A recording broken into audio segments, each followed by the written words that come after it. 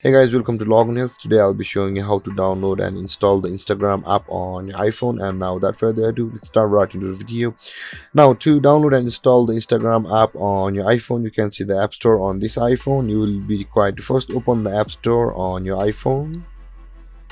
You'll be first required to open the App Store on your iPhone like this, and after that on the bottom right corner of your screen you can see the search button just beside the arcade. Tap on that search button, and after tapping on the search button on the top of your screen you can see the search bar. Tap over there and type in Instagram like this and hit on search, and you can see guys there is the Instagram app on the top of the screen. Tap over there, and guys there is the open button available because I have already installed the Instagram app on my iPhone, but you can download it from over here. If you have not downloaded Instagram app, then the download or the get button available will be available instead of the open. Tap on that get or download button, then you'll be able to install the Instagram app on your iPhone like this. And guys, this is how you download and install the Instagram app on your iPhone. And if you have any confusions or questions regarding the topic, don't hesitate to comment in the comment section below, and don't forget to like, subscribe and hit that bell icon for more videos.